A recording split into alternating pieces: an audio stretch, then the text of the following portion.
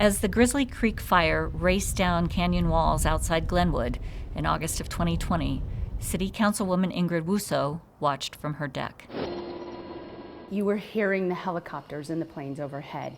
You were smelling the smoke. You were seeing the flames coming over the hill. And it's so scary. That's where the fire originated. Glenwood Mayor Jonathan Godis was watching the fire too. Among his biggest concerns, water.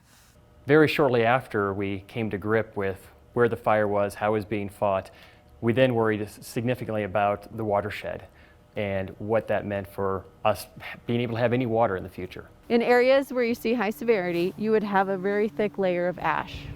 When fires burn, plants on the forest floor are destroyed, leaving seared soils that cut loose as the snow melts, flowing down slopes into the creeks from which towns draw their water, clogging waterways with toxic ash and sediment. There is a possibility that when the fire burns the soil can release metals into the water supply.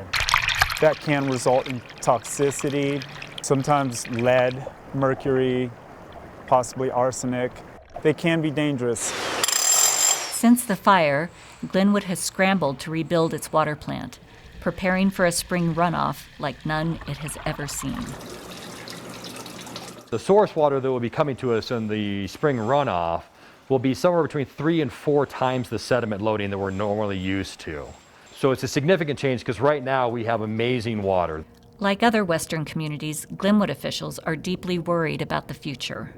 You know, in 1994, we had the Storm King fire, we lost 14 lives. Last year at the Grizzly Creek fire, we lost our entire watershed. What are we going to lose next time? Jared Smith, Freshwater News, reporting for the Water Desk.